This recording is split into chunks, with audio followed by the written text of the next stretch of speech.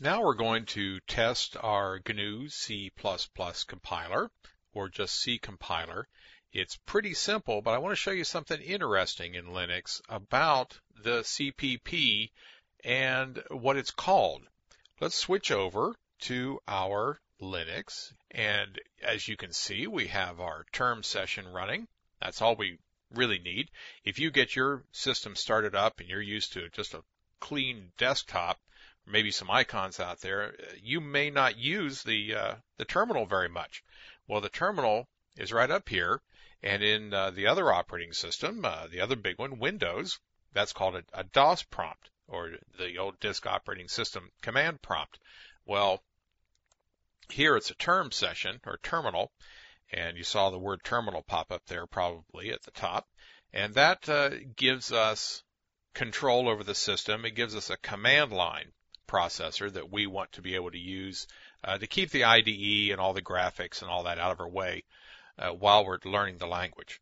So now that we're here, we've gone through all the updating, the CPP, the package manager, the RPM, whatever it is your particular flavor of Linux requires, and we believe that there's a compiler running, or available, I shouldn't say running. Let's now make it run.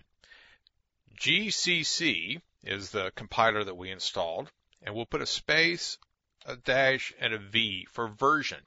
We want to learn the version that this compiler is going to run just to kind of make sure it's out there. Well, there it is. There's i486 Linux GNU and a lot of configuration information that we don't really care about right now. But there's our GCC version 403, and it's on the operating system, Ubuntu 403, as you can see that, so on.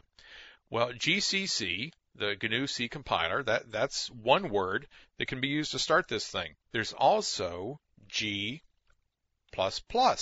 space dash V. Gives us exactly the same information because it's pointing to exactly the same program. This G++ is just a different way of asking for the C++, the GNU C++ compiler to run. What you'll find in the ANSI C book, the KNR that we're going to use, is they call it CC, the C compiler, because that's what it was originally called when it was written for Unix. If we do a CC space dash V for version, exactly the same information, because they understand that a lot of older commands use CC for the C compiler.